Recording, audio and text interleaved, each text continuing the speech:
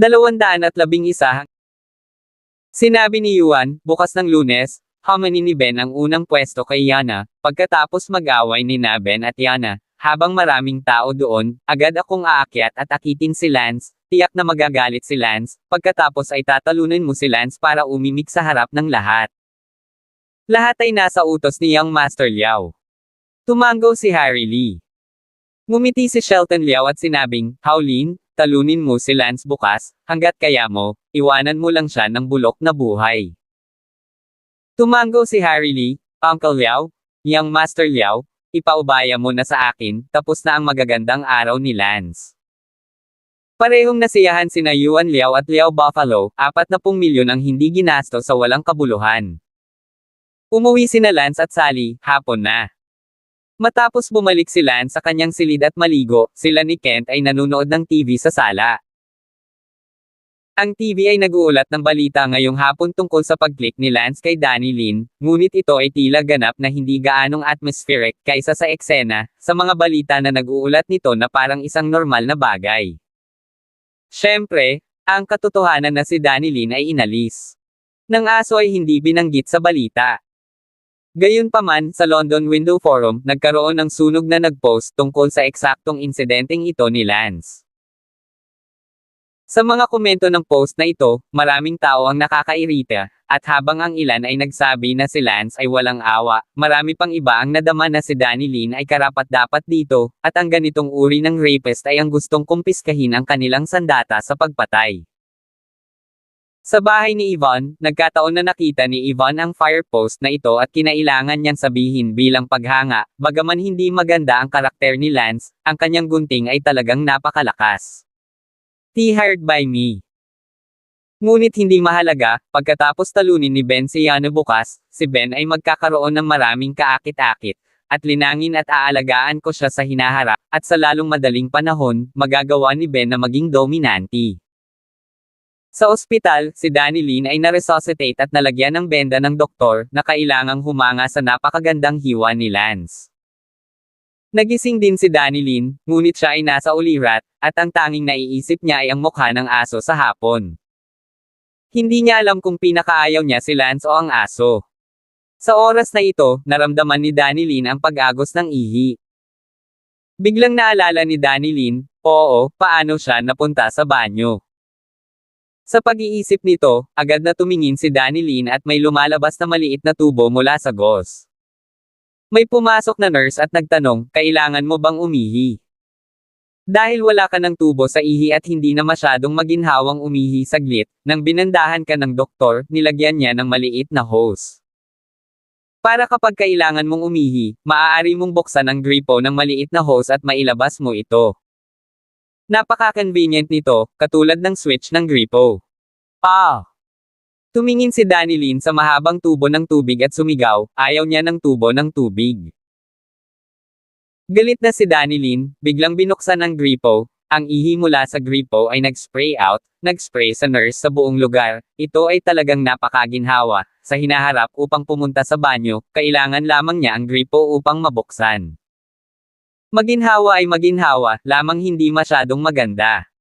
Isang gabing walang salita. Ang sumunod na araw ay Lunes. Nang tumayo si Lance at naglakad pababa, si Sally ay nakaupo sa sofa sa sala, nakatingin sa isang English magazine. Good morning, miss. Bati ni Lance. Morning. Bati din ni Sally, at nang makita niyang suot ni Lance ang damit na binili niya sa kanya kahapon, ang kanyang puso ay masaya at matamis na parang pulot. Biglang sinabi ni Lance, Hoy! Ano ito? Tumingin si Sally kay Lance na may pagkalito. Sabi ni Lance, naalala ko, ngayong Lunes, parang may malaking nangyayari sa school natin, di ba? Tumango si Sally, oo, laban ni na Ben at Yana, natatakot ako na maraming tao mula sa lipunan ang papasok sa paaralan ngayon. Ngumiti si Lance, halos makalimutan na lahat, normal lang nakalimutan ang mga bagay na walang kinalaman sa kanya. Sinabi ni Sally, Lance, interesado ka ba sa bagay na ito? Kung gusto mong makita ang tunggalian ni na Ben at Yana, kailangan mong magmadali o kailangan mong pumunta ngayon, kung hindi, tapos na ang lahat. Ngumiti si Lance, hindi ako magsisinungaling sa iyo, mukhang may interes ito, iniisip ko kung matatalo ba talaga ni Ben si Yana. Then let's go now. Walang almusal. Good. Tumango si Lance. Kumuha si Sally ng 2 bote ng gatas, pagkatapos ay sumakay sa BMW ni Lance at dumiretso sa paaralan. Nang malapit na kami sa paaralan, maraming nagtitinda ng almusal sa kalye, inihinto ni Lance ang sasakyan at si Sally ay pumunta para bumili ng ilang buns para sa kanilang dalawa. Akala ni Lance ay maaga silang pumunta, ngunit hindi niya inaasahan na ang parking lot sa labas ng paaralan ay puno na ng mga sasakyan. Hindi ko inaasahan na napakaraming tao ang naririto. Sabi ni Lance. Tumawa si Sally, iniisip na medyo naiinip din sila at nagmamadaling makita ang iba na magduduel ng maaga. Ngunit kapag nakikipag-away si Lance kina Rit Ian Zhao at Liao Gayuan, maaga ring dumating ang ibang mga estudyante. Bago dumating sa stadium, nakita ni Lance ang isang malaking lugar ng mga hydrogen balon na lumulutang ng mataas. Mas engrande pa ito kaysa sa huling pagkakataon na banitin ni Liao Gayuan si Lance. Nang dumating ang punong guro ngayon, nagulat din siya na ang larangan ng palakasan ng paaralan ay masisira ng mga estudyanteng ito. Ang larangan ng palakasan ay puno na ng maraming tao sa sandaling ito, at halos puno na ang mga bleachers. Tere na, pasok ka na. Sabay na naglakad sina Lance at Sally papunta sa sports field, nang sumigaw ang isang estudyante, nandito na si Tang Mister. Kung tutuusin, sikat si Lance, at pagdating niya, sumigaw ang isang estudyante. Biglang tumingin ang lahat kay Lance, na agad na ikinaway ang kanyang kamay sa lahat, na parang nandito ang pinuno. Nang makita ito ni Yvonne, sumigaw siya sa pagkadismaya, Lance, bawal kang kumaway, walang kinalaman sa iyo ang usapin ngayon, kaya manatiling mahinahon. Gayunpaman, bahagya si Lance sa pagwagayway ng kanyang mga kamay at sumigaw din, kumusta mga mag-aaral, kumusta sa mga magulang at kaibigan, magandang umaga sa lahat. Magandang umaga, Tangshan. Magandang umaga sa lahat. Hindi mahirap na trabaho. Galit na galit si Yvonne na gusto niyang tumalon, ang insidente ngayon ay walang kinalaman kay Lance, ngunit napakataas ng profile ni Lance, na tila siya ang pangunahing karakter ng araw na iyon. Nang mga sandaling iyon ay biglang nagpalakpakan ang ilang mga estudyante. Pagkatapos, kahit papaano ay sumunod ang ibang tao at nagpalakpakan, at sa isang iglap, nagpalakpakan ang buong stadium ng mga estudyante pati na rin ang mga tao mula sa lipunan. Ngumiti si Lance at kumaway sa mga tao habang naglalakad, naisip ni Lance sa kanyang sarili, mukhang sikat pa rin si Ben. Sa katunayan, si Lance mismo ay hindi alam na lahat ay pumalakpak dahil nakita nilang nag-click si Lance. Danilin sa publiko kahapon, at lahat ay kailangang humanga sa katapangan na ito. Ito ay isang bagay na gustong gawin ng lahat ngunit walang nang ahas na gawin, isang bagay na gusto nilang gawin ngunit hindi nang ahas na gawin, ginawa ito ni Lance, kaya lahat hinangaan ito, at nang makita nila si Lance na darating ngayon, lahat sila ay nagpalakpakan at nagsaya. 212. Si Yvonne ngunit sumabog sa galit, kung bakit laging gustong nakawin ni Lance ang kanyang limelight. Si Lance mula sa pasukan ng stadium, hanggang sa podium ng stadium, ang gitnang distansya na 70 hanggang 80 metro, itong 70 hanggang 80 metro, si Lance ay naglalakad habang nakangiti at kumakaway sa karamihan, habang ang palakpakan ay ginawa. Hindi huminto. Kung tutuusin, hindi ito isang maluwalhating bagay, at ang prinsipal ay nagtatago din sa isang sulok na nanunood ng palihim.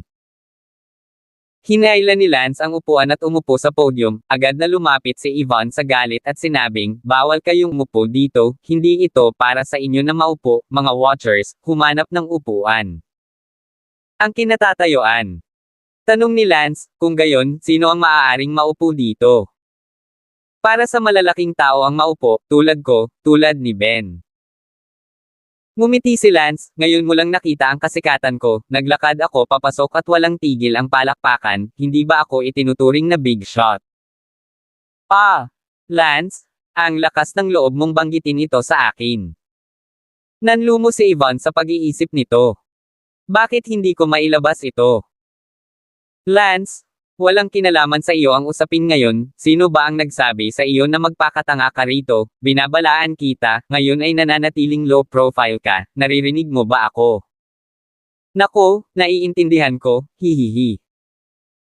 Ngumiti si Lance hehe, hindi nakakapagtakang masama ang hitsura ni Yvonne, ninakaw niya ang limelight ni Ben, ngunit sa pag-iisip tungkol dito, pinaghirapan ni Yvonne na gumamit ng mga sticker ng Pete para makakuha ng ganoong kalaking eksena ngayon, hindi ito para kay Lance para magpakatanga.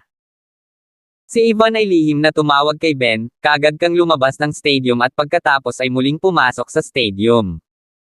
Bakit?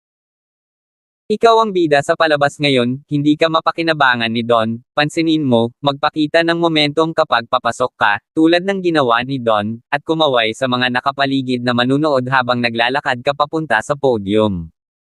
Oh! Walang magawa si Ben at lumabas ng stadium. Pagkatapos ay naglakad pabalik sa stadium. Agad na sumigaw si Yvonne, narito si Ben. Gayunpaman, ang eksena ay hindi katulad ni Ben gaya ng inaasahan ni Yvonne, at ang mga manunood ay nag-uusap tungkol sa kanilang sariling negosyo sa kanilang sarili. Inisip ni Yvonne na hindi sapat ang lakas ng boses niya at kinuha ang mikropono at sumigaw, atensyon sa lahat, pansin sa lahat, nandito ang pangunahing tauhan ngayon na si Ben, salubungin natin si Ben sa entablado ng may palakpakan. Si Yvonne na mismo ang pumitik at pumalakpak, ngunit walang sumunod sa kanyang palakpakan. Sesubog na ang baga ni Yvonne, bakit si Lance ay pumalakpak ng napakainit, ngayon ang pangunahing tauhan ay si Ben, lahat ba ay nakakuha ng maling tao? Lumapit si Ben sa podium habang kumakaway sa mga nakapaligid na audience, ngunit sa kasamaang palad, walang pumalakpak, wala man lang tumingin sa kanya. Nagmukha itong tanggang kumakaway ng mga braso doon. Parang natatawa si Lance nang makita niyang hindi ibinebenta ng mga tao ang mukha ni Ben, at natutuwa siyang makitang malaki na ang pakiramdam ni Lance. Humingi ng gulo si Yvonne, nanlumo, tumingin kay Lance, nakaupo pa rin sa podium, agad na umalis ka, ang lugar na ito ay hindi para sa mga manunood na maupo. Si Lance ay hinayla ni Yvonne pataas.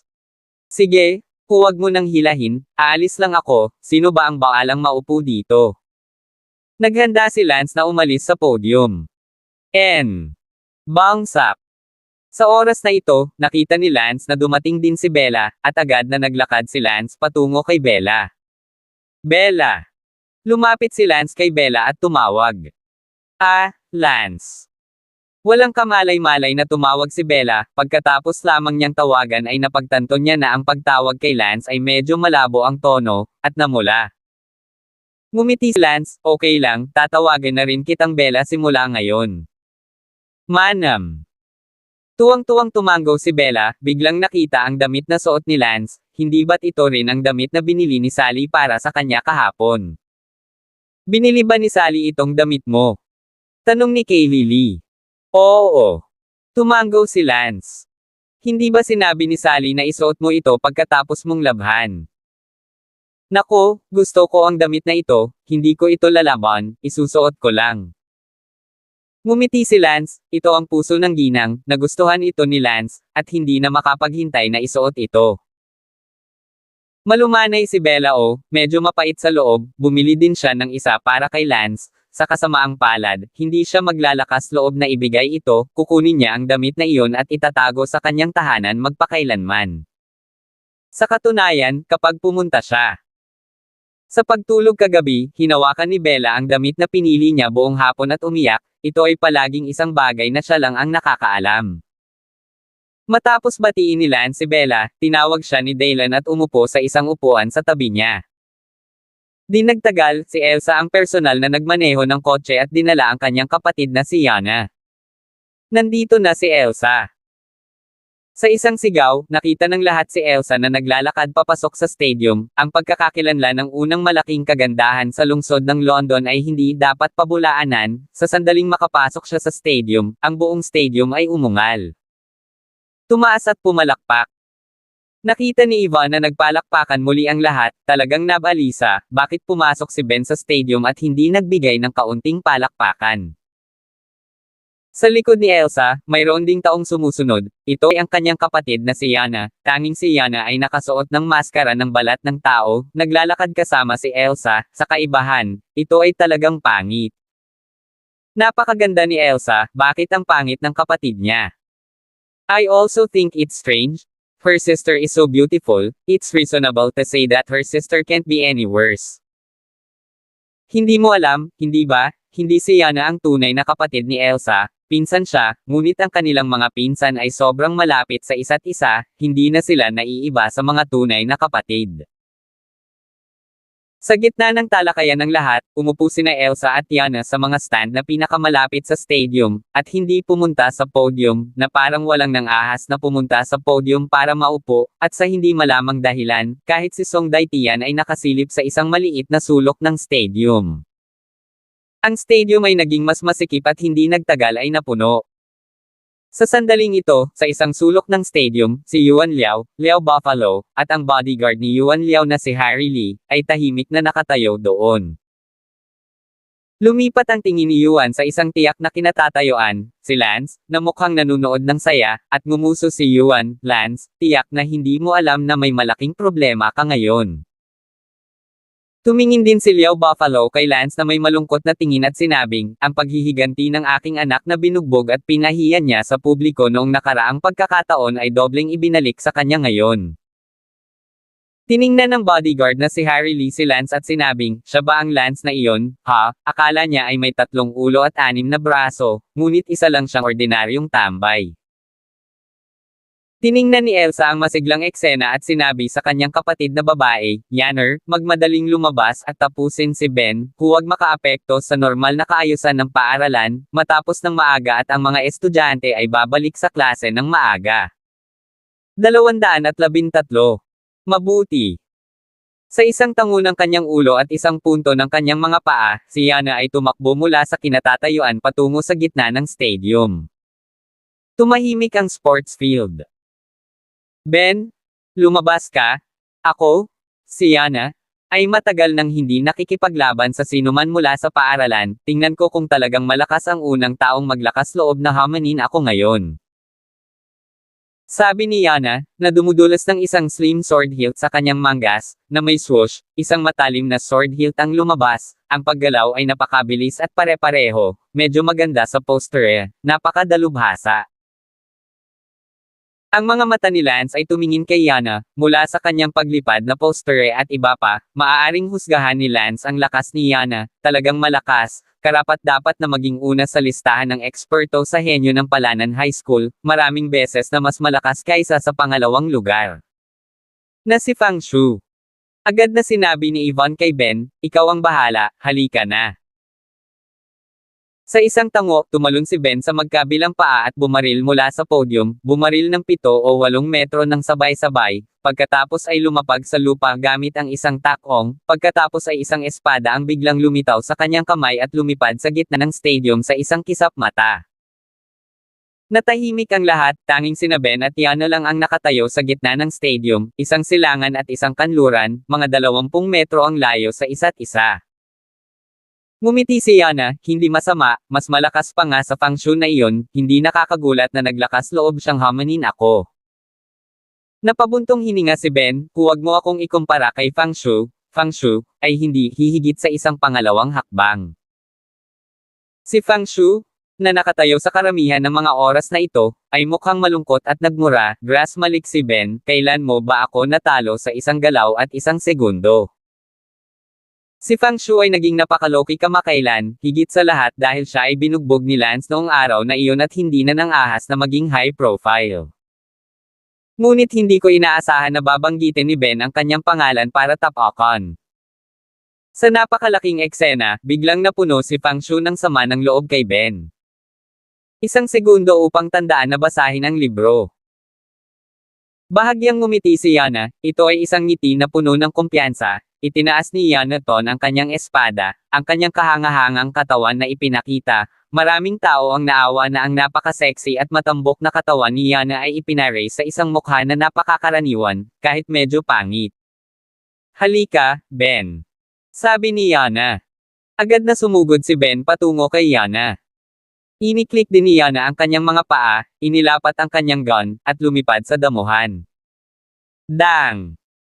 Nag-intersect ang kanilang mga espada sa isang iglap, nagpapadala ng nagsasalpukan na kislap ng ginto at bakal. Sa susunod na sandali ng banggaan, ang espada ni Yana ay biglang nalihis ang talim nito at sinaksak ang balikat ni Ben. Si Ben ay natakot, ang espada ni Yana ay napaka-flexible na nagawa nitong ilihis ang talam, kaya isang hakbang lamang ang napaatras ni Ben upang maiwasan ang welga ni Yana. Alam ni Yana mula sa espada ngayon lang na si Ben ay walang kapantay para sa kanya. Oo, napakasigurado ni Yana na maiiwasan lamang ni Ben ang welga sa pamamagitan ng isang hakbang na paatras mula sa nalihis na talim ng espada ngayon, na sapat na para kay Yana na magkaroon ng sapat na kumpiyansa upang hatulan na si Ben ay hindi niya kalaban. Si Ben ay tumingin kay Yana nang may pagtataka at sinabi sa kanyang puso, ang unang lugar ay talagang medyo malakas, ito ay lumampas sa aking mga inaasahan. Sa sandaling ito, direktang sinabi ni Yana, Ben, hindi mo ako kalaban, hindi na ako interesadong mag-aksaya pa ng oras kasama ka, tumigil na tayo dito. Ano? Labis na inis si Ben nang marinig niyang sinabi ito ni Yana, kasi simula pa lang niya sa engkwentro at direktang ipinahayag na hindi niya kalaban at hindi interesadong labanan siya, nakaramdam ng sobrang hiya si Ben. Umungol si Ben, Yana, mangyaring huwag magkunwaring kalaban, walang sasamba sa iyo dahil sa pagpapanggap na pangungusap na iyong sinabi. Tinignan ni Ben si Yana nang may galit. Sinabi ni Yana, Ben, kapag sinabi kong hindi kita kalaban, natural na may basehan ako, para sa isang kalaban na mas mahina kaysa sa akin, ako, si Yana, ay ayaw kong sayangin ang aking enerhiya. Mag-aaksaya ng enerhiya sa isang kalaban na mas mahina kaysa sa akin, ang iyong Miss Yvonne ay naglagay ng labis na pagsisikap sa paggawa ng isang panoorin sa kanyang sarili, kung ikaw ay matalo, ito ay magwawalang bahala. Si Ben, gayunpaman, ay mas nagalit, si Yana ay masyadong mayabang, naramdaman niyang hindi niya kalaban si Ben, kaya sinabi niyang ayaw niyang sayangin ang kanyang lakas. Nang marinig ni Lance ang kanilang pag-uusap, sinabi rin niya, itong si Yana, isang babaeng mayabang din isang galaw lang ang ipinagpalit, kaya sigurado na hindi niya kalaban si Ben. Direktang sabihin na ayaw mong sayangin lakas, sok-sok, bugbugin mo ang mukha ni Ben. Sumigaw si Yvonne sa galit, Ben, bugbugin mo siya, tingnan mo kung gaano pa rin siya galit. Galit na napabuntong hininga si Ben, Yana, hahayaan kitang magpanggap na higit pa sa iyo. Pagkasabi noon, tumaga si Ben ng espada at inatake si Yana ng napakabangis na momentum. Estilo ng langit na kulog. Nanginginig ang espada ni Ben, na parang naglalabas din ng galit ang espada, na pinatay si Yana sa isang matinding hampas. Dang! Hinarang ni Yana ang espada habang inaalis ang puwersang dala ng espada ni Ben, masyadong nagmamadali si Ben sa espadang ito, dahilan para mawala ng focus ang espada na nasa kamay niya at biglang sumulpot ng kaunti, ngunit hindi kumibo si Yana at dumpenso lang. Inis na inis si Ben sa loob, para bang pinaglalaroan siya ni Yana, ganoon ba talaga siya kalakas? Nagalit si Ben, Yana, kung hindi ka kumilos, huwag mo akong sisihin sa pagiging bastos. Sayang, ganoon din. Bamantong hininga si Yana at naghanda para kumilos. Swoosh! Lumipad si Ben at sinaksak, ang mga bulaklak ng espada na parang ulan, tulad ng isang pader na hindi maarak. Eternal One Sword. Dang! Tanging si Yana lang ang tumama gamit ang isang espada na parang kakaibang pattern ng side na palm unit sa parang ulan na pader ng mga espada ni Ben sa isang iglap. Buzz! Sa susunod na sandali ang espada ni Yana ay tumusok sa lalamunan ni Ben, na naibabaw dito. Ang katawan ni Ben ay hindi namamalayan doon, ang espada ni Yana, na nakatutok sa kanyang lalamunan, ay wala pang 1 sentimetro ang layo. Sinabi ni Yana, Ben, natalo ka? Ngunit nagawa mong tumagal hanggang sa ikatlong hakbang sa aking mga kamay bago matalo, mas makapangyarihan ka na kaysa sa sinumang estudyante sa Palanan Middle School, sa palagay ko ay mayroon kang sapat na lakas para ma-rank. Pangalawa sa Palanan Middle School Genius Master List. Wow! Isang wow mula sa audience, gumamit si Yana ng 3 galaw para talunin si Ben. Walang masabi si Ben sa sandaling ito, at ang espada na nasa kanyang kamay ay humiwalay sa lupa at yumuko ang kanyang mga tuhod, mahinang bumagsak sa lupa. Tumingin si Ben sa podium, isang bigong miss, ang kanyang puso ay parang isang kutsilyo. Masusing nagset si Miss ng ganoong malaking eksena, ang layunin ay upang manalo si Yana, upang maging numero unong eksperto sa Palanan High School, at bilang isang resulta, 3 hakbang ang nasegendahan, paano niya matutugunan si Miss, Miss nais na ganap na glamorize, at ibabad ito muli. Tinadyakan ni Ivan ang kanyang paa sa galit, paano nangyari ito, kasi simula pa lang matalo, bakit? Si Ben, na puno ng pagkadismaya, ay lumabas ng stadium nang hindi lumilingon. Nakita ni Ivan si Ben nakakalakad lang palayo, sobrang nanlumo, agad na kinuha ang mikropono at inihayag, maghiwa-hiwalay ang lahat, ang tunggalian ngayon, ito na ang katapusan. Sabi ng lahat, sobrang boring, maaga akong dumating at naghintay ng kalahating araw, tapos wala pang 2 minuto na tapos ang laban, sayang. Sabi ng magulang ng isang estudyante, hindi na ako papasok sa paaralan para sa ganitong kasiyahan, nakakatamad. 214. Gayunpaman, kahit na sinabi ng lahat na ito ay nakakabagot, ang lakas ni Yana ay itinuro pa rin sa lahat, ito ay talagang napakalakas, karapat-dapat na maging kapatid ni Elsa.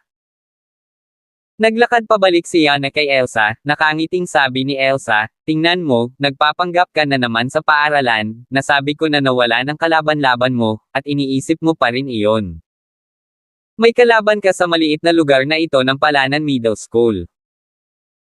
Napabuntong hininga si Yana, nakakadismaya para sa akin, naisip ko na si Ben ay magiging karibal sa paghamon sa akin sa ganoong kataas na profile na paraan. Mukhang hindi ko talaga dapat inasahan na makakahanap pa rin ako ng kalaban sa paaralan. Bumalik tayo. Dinala ni Elsa si Yana at naghanda na umalis. Noon pa lang, maghiwa-hiwalay na ang lahat, at biglang sumugod si Yuan sa podium at kinuha ang mikropono para sumigaw, lahat, mangyaring huwag pa kayong umalis, darating pa rin ang excitement. Biglang napatingin ang lahat sa podium, nasa likod pa namin ang excitement. May iba pa ba? Pagtingin sa podium, nakita ko lang na si Yuan iyon. Hindi ba't si Liao Gayuan? Nandito ako noong huling beses na banitin siya ni Lance, at hindi mo pa natapon ng maraming putik si Lance. Huminto ang lahat at tumingin kay Yuan. Napabuntong hininga si Yvonne, Yuan, ang mga tao ngayon ay ang lahat ng naipost ko upang ilipat sila, ang eksenang ito ay ako ang nag-set up, kung may gusto kang gawin, mahirapan sa pagpili ng date. Yvonne is very unhappy to say, she set up all this, the result of wind is not, but also hit their own face, the mood is already depressed. Now Yuan Liao actually wanted to use the scene she had worked so hard to bake hanggang sa pagsilbihan siya, ito ay lubhang hindi ka nais-nais. Fuck off. Direktang itinulak ni Yuan Liao si Yvonne, nahulog si Yvonne sa kanyang puwitan at galit na sinabi, Yuan Liao, hindi pa ako tapos sa iyo, nasaktan mo ako. Ang unang website na Conshu 8. Net. Ngumuso ng masama si Yuan, nakakatawa, nakakasakit sa iyo. Ano ka ba, hayaan mong lumabas ang iyong ama na si Song Daitian? Ipinapangako kung hindi ko siya papatayin. Napakayabang ng mga salita ni Yuan. Ikaw. Bumantong hininga si Yvonne at tumingin kay Yuan, umalis si Ben sa stadium sa negatibong mood, hindi alam ng tatay niya kung saang sulok ang nanunood, at sa huli ay nagsumikap siya at gumamit ng iba. Nakaramdam ng hinanakit si Yvonne, nanlabo ang kanyang mga mata. Tila sinasabi ng mga manunood na si Yuan Liao ay hindi rin isang lalaki para itulak ang mga babae. Ngayon lang gustong bugbugin ni Yuan si Lance, kaya hindi na niya masyadong pinansin at sumigaw kaagad, excuse me, nandito ba si Tang Damas? Natigilan ang lahat, Don Domby. Sino ito? Baka kagagaling lang niyang bugbugin ni Don Lance at may lakas pa siyang loob na tawagan si Don Damas. Muling sumigaw si Yuan, tama, Tang Silibi si Lance, Tang Silibi, lumabas ka, ikaw ang tinawag, alam kong nandito ka.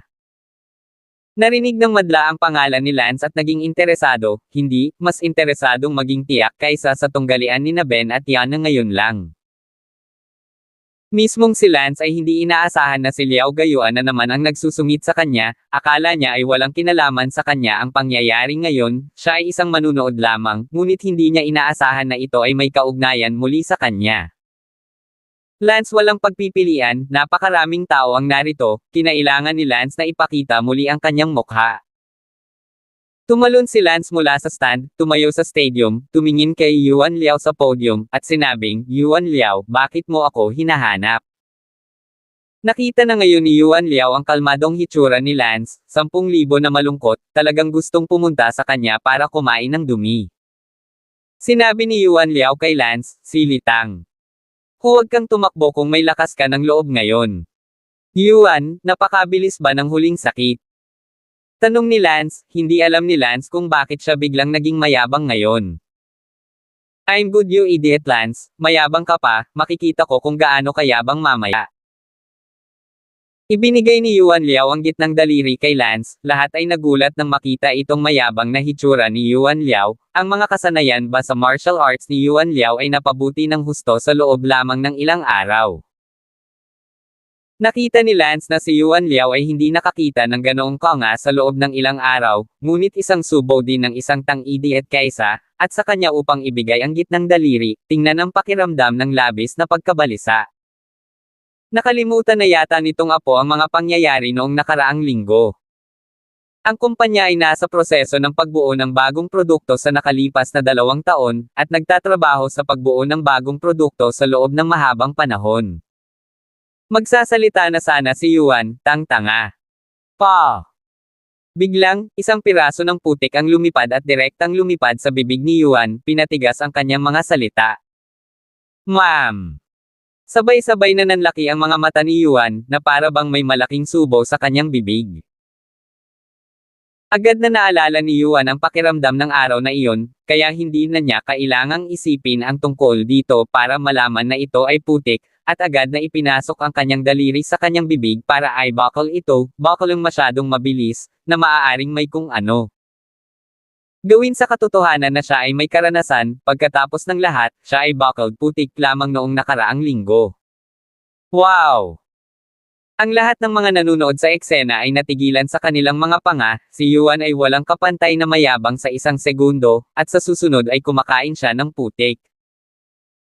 Sa isang sulok ng stadium, napawaw si Yana at hindi sinasadyang tinakpan ang kanyang bibig. Sa unang pagkakataon niyang nakita si Lance sa totoong buhay, nag-iwan ng malalim na impresyon sa kanya. Si Yana na nakatayo sa tabi ni Elsa, napakawalang imek. Itong si Lance, noong nakaraang linggo ay nakabitin na si Yuan Liao, naghagis ng putik kay Yuan Liao ng 2 beses, ay hindi sapat upang ihagis, sa pagkakataong ito muli. Naisip ni Elsa, nakakalungkot din talaga si Yuan, kumakain na naman ng putik. Sa kabilang sulok ng sports field, ang orihinal na nakangiting kalabaw na Liao, ay biglang nakita ang kanyang anak na isa pang subo ng putik, galit na halos tumalon, nagngangalit ang mga ngipin sa galit. Hahaha, hahaha. Sa halip, si Yvonne, nalulungkot siyang umalis sa podium, biglang nakita ang eksenang ito, tumatawa hanggang sa mamatay, napakasarap sa pakiramdam ng sandaling ito, itong si Lance, napakalakas din. Pupo. Si Yuan Liao ay karapat-dapat na maging isang taong may karanasan sa buckling putik, at natapos na agad na bumuka ang bibig na puno ng putik, iniangat ni Yuan Liao ang kanyang ulo sa galit at tumingin kay Lance at umungal, Lance, hindi pa ako tapos sayo. Kalmadong sinabi ni Lance, ngayon, tandaan mo kung ano ang pakiramdam ng kumain ng putik noong nakaraang linggo.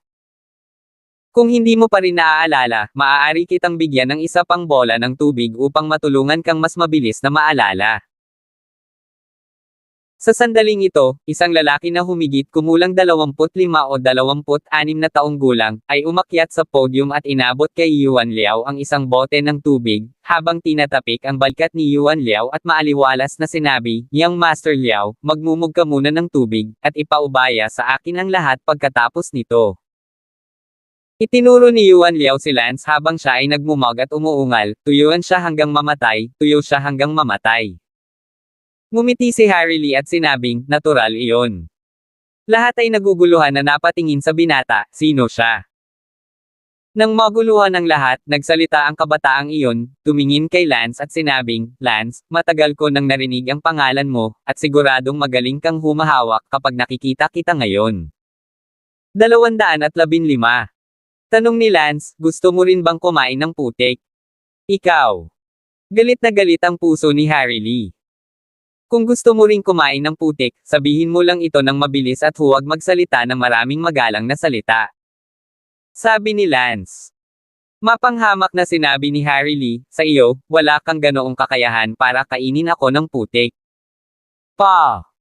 Hindi pa nakapagsalita si Harry Lee nang biglang may naramdaman siyang lumipad sa kanyang bibig.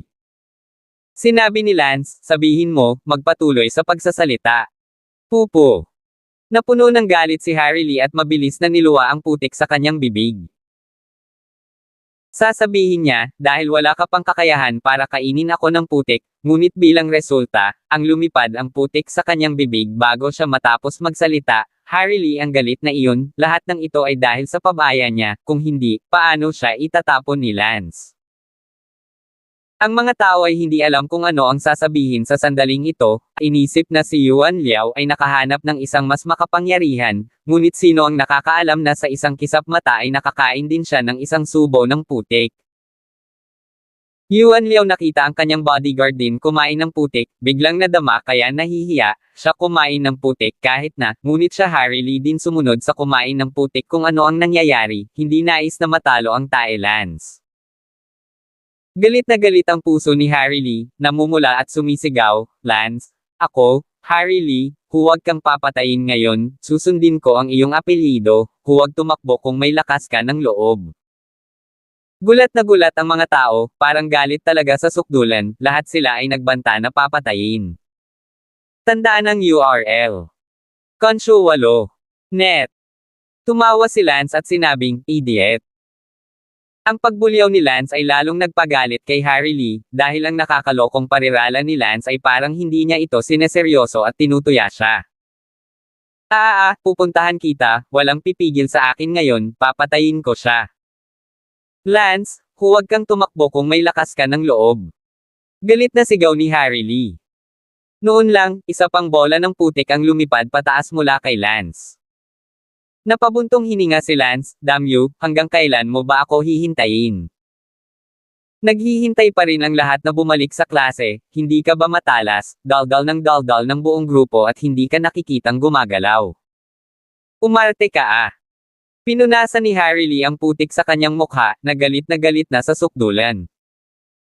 Lance, hindi ako magiging tao kung hindi kita papatayin, may lakas kang loob na tumayo, ipinapangako kung hindi kita papatayin.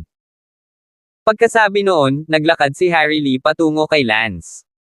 Sumigaw si Lance, ano ka ba, bigla mong sasabihin na patayin mo ako, bigla mong sasabihin na huwag mo akong patayin, bugbugin mo ba ako o hindi? Nakita ng lahat ang pagmumukha ni Harry Lee sa sandaling ito, talagang nag-aalala na papatayin niya si Lance, kahit si Elsa ay medyo kinakabahan, nandito siya ngayon, natural na hindi niya hahayaang mangyari ang ganitong uri ng trahedya. Si Yuan ay sumigaw mula sa likuran, Harry Lee, patayin mo na lang siya, naisama ka niya sa gulo na ito, kung hindi mo siya papatayin, hindi rin kita minamaliit. Galit na sumugod si Harry Lee patungo kay Lance, ngunit bigla siyang nanambalik ng kaunti sa kanyang katinoan. Kung talagang pinatay niya si Lance, hindi ba niya gugugol ang natitirang bahagi ng kanyang buhay sa kulungan? Medyo nalinawan ng kaunti ang utak ni Harry Lee, palihim na sinabing, hindi ko kayang pumatay ng sinuman, hindi ko kailangang hayaan ang aking sarili na makulong para kay Yuan, talagang nakapatay ako ng isang tao na tiyak na hindi nila ako ililigtas.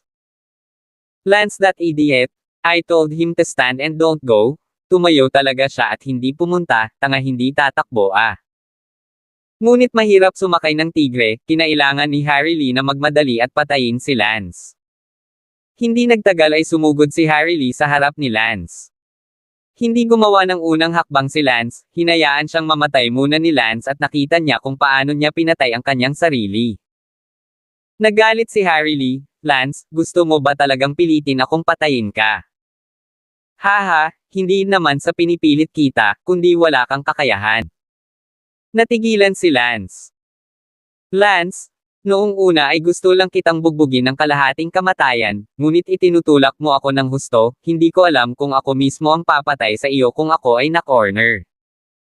Kung ako sa iyo, tumakas at maghintay hanggang sa mabawi ko ang aking katinoan bago lumitaw muli. Tila pinapahiwatig ni Harry Lee si Lance na tumakbo ng mabilis, nasa stage na siya ng pagkawala ng katinoan, paano kung napatay niya talaga si Lance, natatakot din siyang pumunta sa kulungan. Ngumuso si Lance, hindi, nakatayo ako sa harap mo, patayin mo ako kung kaya mo. Don't you dare force me, nasisiraan na talaga ako ng bait ngayon. Sigaw ni Harry Lee, naglabasan ng mga ugat sa kanyang mukha at leeg, na para bang pinipigilan niya ang kanyang sarili mula sa pagpatay, ngunit siya ay nagalit. Sumigaw si Yuan Liao, Harry Lee, patayin mo siya para sa akin, ano ang sinasabi mo? Nakita ni Yuan Liao na si Harry Lee ay puro usap-usapan at walang kasanayan, ilang beses niyang sinabing patayin siya, ngunit hindi niya nakitang talagang pinatay siya. At si Harry Lee ay itinulak sa gilid, gustong-gustong pumatay ngunit mayroon bakas pa rin ang katinoan sa kanyang puso, hindi mapatay, nakontrol niya ang galit na malapit ng bumagsak. Sa sandaling makita si Yuan at sumigaw na patayin si Lance, mas mabilis siyang kontrolin, Harry Lee hissed, Lance, hindi mo ako pinipilit, papatayin talaga kita, hindi ka nagmamadaling tumakas. Napakatagal, maging si Lance ay malapit ng magsawa. Nakakatawa, kung gusto mo akong patayin, patayin mo lang ako, pangako hindi ako tatakbo. Malapit na akong mawala sa isip ko, gusto mo ba talagang pilitin ako? Sa tingin mo ba ay hindi talaga ako maglalakas loob? Sabi ni Harry Lee habang nakapikit ang mga ngipin, sinusubukan niyang kontrolin ang kanyang katinoan, ngunit parang halos wala na siyang kontrol, at sa kanyang puso ay minumura niya si Lance, ang tulala, sa hindi pagtakbo. Hindi nagabalang magsalita si Lance sa kanya at itinaas ang kanyang kamay para sampelan. Slap! Sinampal ng malakas ang mukha ni Harry Lee, habang sinasabing, patayin mo ako, halika. Lunt iyan ng galit ang mukha ni Harry Lee, at nagngangalit ang kanyang mga ngipin at umungal, pinipilit mo ako, sa tingin mo ba ay hindi ako maglalakas loob? Huwag mong hamanin ang aking mga hangganan, talagang nawawala na ako ng kontrol sa aking sarili. Hindi nakatiis si Lance, hindi ba niya ito narinig ng malinaw pagkatapos niyang sabihing bugbugin siya hanggang mamatay ng maraming beses? Slap! Sampal ulit ni Don Lance. Ikaw ang nagpagawa sa akin. Namumula ang mga mata ni Harry Lee habang sumisigaw siya. Pak! Isa pang sampal. Hindi na makayanan, hindi na kailangang tiisin pa, papatayin kita. Sa sandaling ito, nagpasya si Harry Lee na wala siyang pakialam kung gugulin niya ang natitirang bahagi ng kanyang buhay sa bilangguan o hindi, siya papatayin si Lance kahit na siya ay barilin. Kaagad, inatake ni Harry Lee ang templo ni Lance gamit ang kanyang pinakamalakas na suntok. Pinahit ni Lance ang kanyang backhand at nag-click, nabali ang braso ni Harry Lee. Bang! Ang sipa ni Lance ay lumipad, at ang katawan ni Harry Lee ay lumipad ng mahigit 10 metro ang layo. Gamulong si Lance ng ilang beses at inabot ang sakong ni Harry Lee, natapakan ang tiyan ni Harry Lee. Poof! Si Harry Lee ay nag-spray ng lahat ng lugaw na kinain niya noong umaga sa isang lagok, parang isang haligi ng tubig na lumalabas sa kanyang lalamunan. Nakita ni Lance na ito ay magwiwisik sa kanya, at mabilis na tumalikod, at ang lugaw na iniluwa ni Harry Lee ay dumapo lamang sa isang plastic bag sa lupa. Mga butil ng bigas, pula ng itlog, nguya ang fries, at latak ng tsaa, tang tiningnan ni Lance ang isinuka ni Harry Lee at halos mamatay sa pagkahilo. Tinakpin ni Harry Lee ang kanyang tiyan at gamulong-gulong sa lupa, ang sipa ni Lance na ngayon ay halos madurog ang kanyang tiyan. 216. Hindi na muling umakyat si Lance at sinabing, hindi ba sabi mo papatayin mo ako? Bumangon ka, huwag kang magpigil, patayin mo ako. Narinig ni Harry Lee ang panunuya ni Lance at tila biglang nagising sa sandaling ito. Ito pala. Lumalabas na ang lakas ni Lance ay hindi tulad ng iniisip niya, ito ay nasa antas 20 lamang, salamat sa katotohanan. Na pinagtitiyagaan na lang niya ang sarili na pigilan ang sarili na masiraan ng loob at makapatay talaga ng tao, biro pala ito, hindi siya kapares sa iba. Sa karamihan ng tao, si Leo Buffalo ay nadismaya nang makita niya kung gaano ka-vulnerable si Harry Lee, at naisip na kaya niyang talunin si Lance para mag-shit sa pagkakataong ito, ngunit lumalabas na mas malakas pa si Lance kaysa kay Harry Lee. Ang kumpanya ay nasa proseso ng pagbuo ng bagong produkto sa nakalipas na ilang taon, at nagsusumikap na bumuo ng bagong produkto. Wala akong sasabihin, ngunit may sasabihin ako. Ibangon mo ako at bastyusin si Tang Damas. Nakita muli ni Lance si Yuan na isang subo ng Tang Dumbi, at nagalit, tumingin sa almusal na iniluwa ni Harry Lee sa lupa, at biglang kinuha ang almusal na iyon at itinapon kay Yuan. Galit si Yuan Liao na patuloy na sumigaw sa kanya, biglang may nakasabit na plastic sa mukha niya, sabay lagay ng kung ano sa plastic bag, medyo mainit pa, biglang bumuho sa lalamunan niya. Leo Ritianjiao agad na hinubad ni Yuan ang plastic bag sa kanyang mukha at nakitang ito ang almusal na iniluwa ni Harry Lee. Lance, damo ba kita? Nagiging berde na ang baga ni Yuan sa sandaling ito, ang nakakadiri na almusal na isinuka ni Harry Lee ay ibinato sa kanyang bibig ni Lance, na hindi sinasadyang nakagat sa kanya upang kumain. Aw! Yumuko si Yuan para sa muka, ngunit nasa tiyanan niya ang almusal at hindi na maibabalik. Tinakpan ng buong audience ang kanilang mga bibig, nakaramdam ng pagkahilo, at may ilang mga batang babae na hindi napigil ang samuka na. Nang makitang hindi siya makasusuka, nawalan ng malay si Yuan at nagmamadaling lumapit kay Lance. Lance, papatayin kita. Si Yuan, na nawalan na ng malay, kung saan iisipin na hindi niya matalo si Lance. Isang segundo upang tandaan na basahin ang libro. Nagbabala si Lance, Yuan, ipinapayo ko sa iyo na huminto ka rito at huwag nang bumalik. Sumugod si Yuan sa harap ni Lance at sinuntok siya. Lumipad si Lance at sinipa si Yuan 20 metro ang layo. Sa sandaling iyon, may lumitaw na lalaki sa tabi ni Yuan at tinulungang tumayo si Yuan, si Leo Buffalo iyon. Papa, papatayin ko siya. Sabi ni Yuan Liao. Sinabi ni Shelton Liao, nawala na ako ng sapat na mukha ngayon, bumaba ka muna, halika, ang utang na ito ay malulutas sa kanya ng dahan-dahan.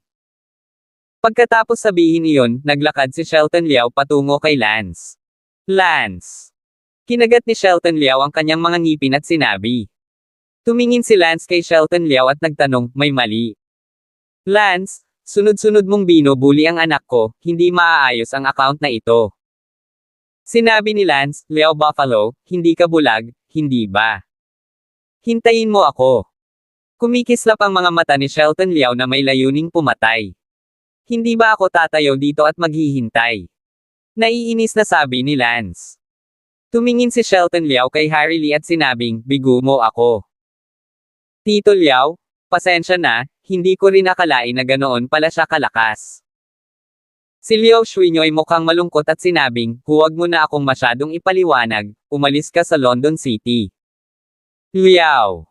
Sa kasamaang palad, dumiretso ang kalabaw ng Liao. Galit na hinampis ni Harry Lee ang isang kamao, talagang impersonal, sinabi rin kahapon kung ano ang bata at ang kanyang ama ay ang parehong pantalon. Maghiwa-hiwalay na ang lahat. Sa oras na ito, tila may iniisip si Yana. Nagtanong si Elsa, ano ang iniisip mo? Sinabi ni Yana, ate, gusto ko talagang makipag-away kay Lance. Natigilan si Elsa, nakikipaglaban kay Lance, hindi rin niya inisip iyon. Kalimutan mo na ito, si Lance ay nasa parehong antas lamang ni Ben, hindi ka makakahanap ng kalaban sa Palanan High School, huwag sayangin ang iyong enerhiya, gabi na, hayaan ang mga estudyante na bumalik sa klase. Payo ni Elsa. Hindi, gusto kong subukan si Lance. Nagpa siya si Yana na lalabanan niya si Lance ngayon, naisip niya noon na hanapin si Lance para putulin ang kanyang ngipin sa ibang araw. Si Yana ay labis na nadismaya sa Palanan High School, naghahanap ng walang kalaban-laban. Lahat, huwag kang umalis, hindi pa tapos. Naglakad si Yana sa podium at kinuha ang mikropono at sumigaw. Ang dami-daming papaalis na may narinig na sumisigaw na hindi pa tapos at agad na tumigil, bakit hindi pa tapos, may mas exciting pa ba? Si Yana lang ang nakatayo sa podium. Hindi nagtagal si Yana at direktang sinabi, Lance, interesado ka bang labanan ako? Nang marinig ng lahat na gustong makipag-away ni Yana kay Lance, lahat sila ay napawaw, na para bang inaabangan nila ito, at talagang may mas kapana-panabik na darating. Medyo nakaramdam ng inis si Lance nang marinig niyang sinisigaw ni Yana ang kanyang pangalan at gustong makipaglaban sa kanya. Mayroon bang anumang interes na labanan si Yana? Seryoso, hindi interesado si Lance. Bakit? Dahil alam ni Lance na si Yana ay walang kalaban-laban para sa kanya, kahit ang kanyang kapatid na si Elsa ay hindi kayang talunin si Lance, pabayaan siya. Para kay Lance, ang pakikipaglaban kay Yana ay isang pag-aaksaya lamang ng oras. Nang makitang si Lance ay nakasimangot lamang at nanatiling tahimik, ang pag-iisip ni Yana na labanan si Lance ay lalong lumakas at muling sumigaw, "Lance, interesado ka bang labanan ako, Yana?" Agad na umupo muli ang mga manunood at tumingin kina Yana at Lance nang may matinding pananabik. Gayunpaman, huminga si Lance, hindi interesado. Natigilan si Yana, hindi inaasahan na sasabihin lang ni Lance na hindi siya interesado. "Lance, bakit hindi ka maglakas loob na labanan ako?" Tanong ni Yana. Medyo nairita si Lance at sinabing, "Dahil hindi ako interesado." Nako, kakaiba ang pakiramdam ko. Ako, si Yana, ako ang numero 1 eksperto sa henyo sa Palanan High School. Hindi ka man lang interesadong kalabanan ako, ito man ay dahil hindi ka talaga interesado o kung may iba pa. Hindi alam na dahilan. Ngumiti si Yana. Ngumuso si Lance, "No interest is no interest. Sino ka sa tingin mo? Kailangan bang maging interesado sa iyo ang lahat?" Ang nangungunang henyo ng White Cloud High School. Wala sa paningin ko, sige, babalik ako sa klase kung okay lang. Huwag mong i-delay ang oras ng klase ng lahat. Kung saan payag si Yana, malakas niyang sinabi, "Lance, ipokrito ka." Paano ako ipokrito? Malinaw na wala kang lakas ng loob na kalabanin ako, at nagsasalita ka pa rin ng napakahusay, huwag mong isipin na hindi ko alam na natatakot kang mawala sa akin sa buong pagtingin ng publiko, tulad ni Ben. Kung you don't dare, just say so, bakit ka pa naghahanap ng napakaraming dahilan? Sabi ni Yana at ngumiti, nagpasya siya sa kanyang puso na si Lance talaga ang dahilan nito, sa pangkalahatan imposibleng hindi maging interesado. Kung tutuusin, siya si Yana ay hindi isang maliit na tao, hindi mahalaga kung siya ang numero 1 eksperto sa henyo o kapatid ni Elsa, sapat na iyon upang gawin siyang isang taong may kaunting reputasyon. 217. Nakita ni Lance si Yana na nagsalita ng napakasama at sumimangot, "Yana, huwag mong isipin na hindi ako maglalakas loob na turuan ka ng leksyon dahil lang sa kapatid ka ni Elsa, magsalita ka ng mas maingat." Napabuntong hininga si Yana, "Lance, putulin mo na ang kalokohan, hinahangaan kita na labanan mo ako. Hindi talaga ako interesado sa pag-aaksaya ng aking lakas." Ang mga salita ni Lance ay nagpaalala kay Yana sa sinabi niya kay Ben. "Mabuti, Lance, hahayaan kitang magkaroon ng 3, hindi 10 hampas, ngayon ay maglakas loob kang labanan ako sa wakas." Yana, ayaw mo. Si Lance ay may kaunting apoy, kung gagawin niya, hindi tatutol si Lance na tuparin siya. "Oh, Lance, ngayon ko lang naisip na napakalakas ng loob mo, pero hindi ko inaasahan na hindi ka maglalakas loob na kalabanan ako. Iniisip mo na mawawalan ka ng pudor kapag nakita kang matatalo ng malupit sa publiko, ngunit wala kang ideya na ikaw ngayon ay parang lumiliit na pagong, na wala ng pulbos. Halika, labanan mo ako, Yana, bukas ang isipan ko, hinahayaan kitang 20 galaw. Kung hindi mo even dare to do so, kaya ko lang hehe sayo." Nag-aapoy si Lance, tila hindi maiiwasang makipaglaban siya kay Yana ngayon. Dumiretso si Lance sa gitna ng stadium at sinabing, "Dahil gusto mong lumaban, gawin natin." Haha! Agad na tumakbo si Yana sa gitna ng stadium. Tahimik ang buong stadium, at sunod-sunod talaga ang climax, na orihinal na nagpaplanong panoorin si Ben duel kasama si Yana, ngunit hindi ko inaasahan na makakakita pa ako ng isa pang duel sa pagitan nina Lance at Yana. Sa isang sulok ng stadium, ibinuka ni Ivan ang kanyang mga labi, nagsumikap akong gumawa ng ganoong kalaking panoorin, ngunit ang lahat ay mauuwi sa paglilingkod sa iba, kung matalo ni Lance si Yana, hindi lahat ay magiging limelight. Bumagsak kay Lance, at bulag akong nakikipag-away. Unang inilathala sa M. Konsyo 8. Net. Si Ben ay abala sa pagsasabing, Miss, huwag kang mag-alala, si Lance ay hindi maaaring maging kalaban ni Yana.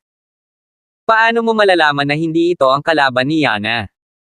Nakipag-away lang ako kay Yana, masyadong malalim ang sword skills ni Yana, at imposibleng matalo ni Lance si Yana sa level na iyon. Confident na sabi ni Ben.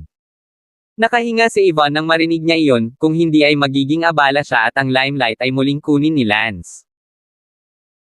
Si Elsa ay nakatayo sa isang sulok, bahagyang nakangiti, hindi man lang kinakabahan, lubos na kumpiyansa sa kanyang kapatid. Ang kanyang kapatid na babae ay palaging umaasa na makahanap ng isang malakas na tao sa paaralan na makakalaban sa kanya, ngunit sa kasamaang palad ay nakakabigo, wala. Sa larangan ng palakasan, ngumiti si Yana, Lance, mahalaga pa rin ang salita ko, hahayaan kitang magkaroon ng 20 galaw. Ngumuso si Lance, whatever. Dahil gusto ni Yana na hiyain ang sarili, hindi nag-abala si Lance na magsabi ng kahit ano.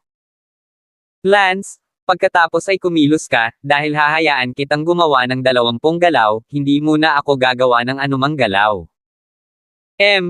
Ayon sa gusto mo. Pagkasabi niyon, kinuha ni Lance ang kanyang espada at lumipad papunta kay Yana. Ang sword technique na ginamit ni Lance ay ang Tongling Sword Technique, na kung ano mismo ang itinuro niya kay Andrew, hindi ganoon kalalim. Syempre, ang Heavenly Maiden Scattering Blossom set ng sword techniques, hindi ito magagamit ni Lance. Ang ng martial arts ng Dark Warrior at martial arts ni Lance ay dapat makilala. Swoosh! Si Lance ay may ilang sunod-sunod na espada, at talagang sinadya ni Yana na si Lance ay gumawa ng 20 galaw, nagdedepensa lamang laban sa walang galaw.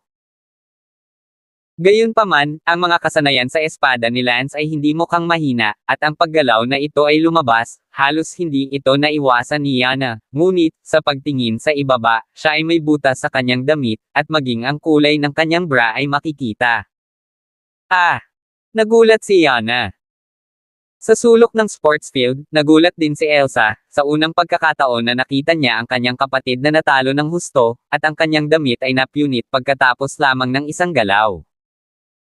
Napabuntong hininga si Lance gamit ang kanyang espada, hanggang kailan ka magpapanggap na magkukumpere. First move pa lang, gusto mo ba talaga akong gawa ng 20 galaw? Ikaw. Galit na galit si Yana, at sinabing nagpapanggap siyang kalaban, halata na si Lance mismo ay nagpapanggap na kalaban, hindi mahina ang kanyang lakas, at kumikilos siya na parang siya. Ay hindi naglakas loob na labanan siya, kung hindi ay hindi sasabihin ni Yana ang mga katagang nakapagbigay sa kanya ng 20 galaw. Tiningnan ni Yana ang butas sa kanyang damit sa dibdib, ang pulang bra ay malinaw sa isang sulyap. Si Yana ay nagmamadaling tinanggal ang isa sa mga pagkakasabit ng buhok sa kanyang buhok upang hawakan ang butas sa kanyang damit at galit na sinabi, Lance, ito ba paano mo tinatrato ang magagandang babae? Ngumuso si Lance, bago sabihin niyan, makikita mo rin ang reaksyon ng mga manunood. Lumingalinga si Yana, maraming lalaki ang sumusuka. Oo, hayagang sinabi ni Yana na maganda siya, maraming lalaki ang sumuka on the spot. Walang imik si Yana, litong-lito siya sa galit, nakalimutan niyang nakasuot siya ng maskara ng balat ng tao, hindi alam ng buong paaralan ang kanyang tunay na mukha. Sinabi ni Lance, ilabas mo ang iyong pinakamalakas na lakas, ayaw kong mag-aksaya na masyadong maraming oras. Ngumuso si Yana, Lance, binutis mo lang ang damit ko, hindi naman sa malakas ka, hinahayaan lang kita. Pero ngayon hindi na kita papayagan, para hindi mo na ako masaktan. Ano pa, pinakamalakas na lakas? Niloloko mo ba ako? Alam mo ba na ang kinuha ko lang sa pakikipaglaban kay Ben ay ang pinakamasamang lakas lamang?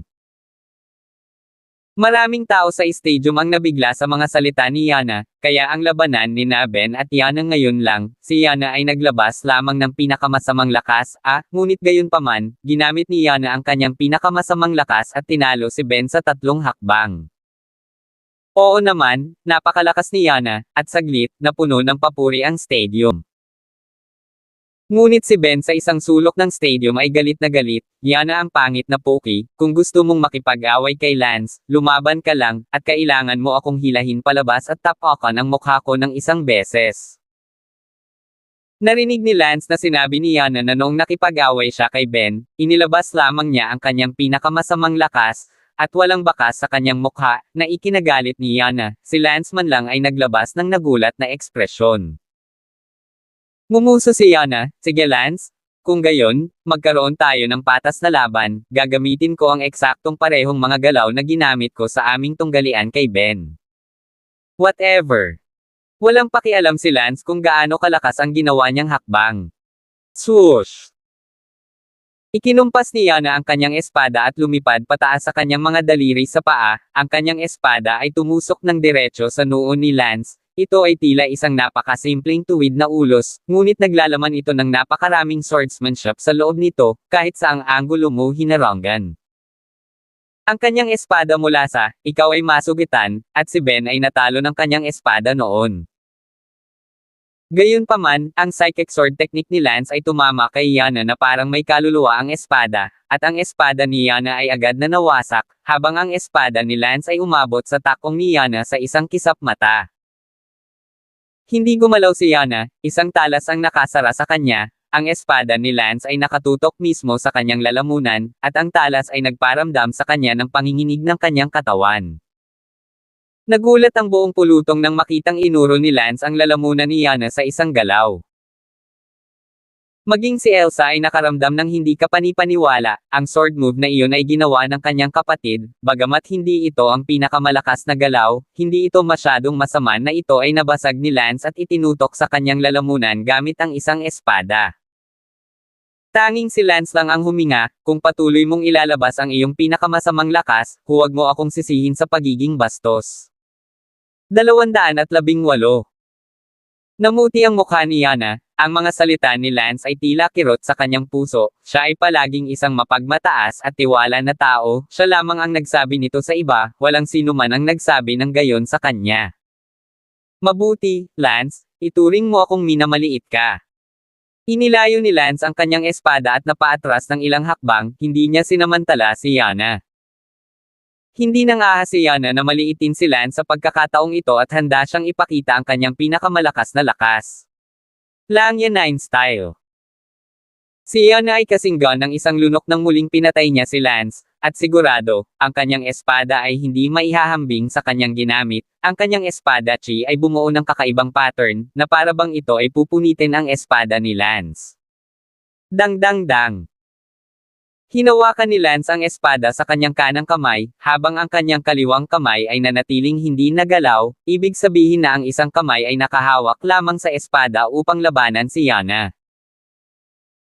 Pagkatapos ng tunog ng ginto at bakal, ang espada ni Lance ay madaling nakalusot sa depensa ng espada ni Yana. Nakandam si Yana ng pamamanhid sa hawakan, at sa sumunod na sandali, ang espada sa kanyang kamay ay biglang lumabas sa kanyang kamay.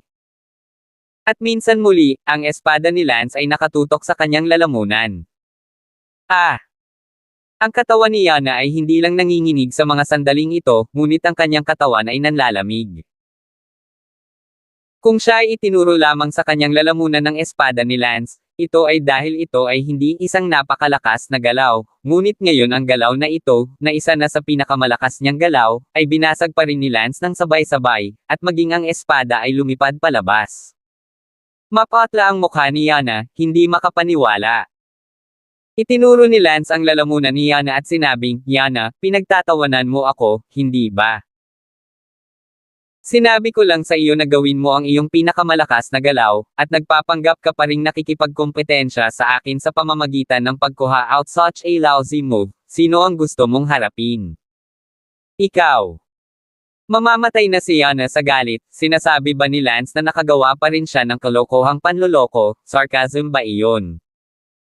O talagang hindi mo alam na nailabas na niya ang kanyang pinakamalakas na galaw? Tandaan ang URL. Konsyo 8. Net. Muling itinago ni Lance ang kanyang espada at sinabing, "Yana, bibigyan kita ng isa pang pagkakataon, kung maglalabas ka pa rin ng napakasamang galaw, Lance ay hindi kita sasamahan, at natatakot ako na maraming tao." Iisipin din ng kasalukuyan na pinaglalaroan mo ang lahat. Oo nga, maraming tao sa eksena ang sumigaw, tama na, Yana, itigil mo na ang pagpapanggap na kalaban mo, bilasan mo at ilabas mo ang pinakamalakas mong galaw. Ang hakbang na ginawa mo kay Ben ay malinaw na hindi kalaban ni Lance, at ikaw. Inilalabas mo pa rin ito para labanan si Lance, iniinsulto mo ba si Lance o binubuli kami dahil hindi kami marunong sa martial arts Yana, ilabas mo ang iyong pinakamalakas na galaw at bugbugin si Lance, sinusuportahan kita. Sumigaw din si Yuan, gusto niyang bugbugin ni Yana si Lance, ngunit palaging hindi lumalabas si Yana na may pinakamalakas na galaw, ginagawang nanlulumo si Yuan. Ngunit sino ang nakakaalam, ang pinaka-depressed ay si Yana mismo, ang mukha na ito ay binugbog ni Lance, hindi sapat para talunin ang sarili, kinaladkad din niya ang napakaraming manunood para lumaban ng sama-sama. Muling umatras ng ilang hakbang si Lance, hindi sinamantala si Yana. Gumawa ka, Yana, sana sa pagkakataong ito, itigil mo na ang pagpapanggap na nagkukumpara at ipakita ang iyong tunay na lakas. Lance, tinuruan mo talaga ako. Ayaw ni Yana na maghanap ng tahi para mag-drill, na ilabas na niya ang kanyang pinakamalakas na lakas, ano pa ang dapat niyang ilabas na mas malakas. Bilang kanyang kapatid, natural na alam ni Elsa ang swordsmanship ng kanyang kapatid, at ngayon ay nanlulumo at natatakot na ang lakas ni Lance ay talagang mas mataas kaysa sa kanyang kapatid. Sa sobrang galit, kinuha muli ni Yana ang espada at inilabas ang isa sa pinakamalakas niyang galaw sa pangalawang pagkakataon, at dahil hindi gumana ang pinakamalakas, maglalabas siya ng isa pang pinakamalakas. Ina ng Taiyang.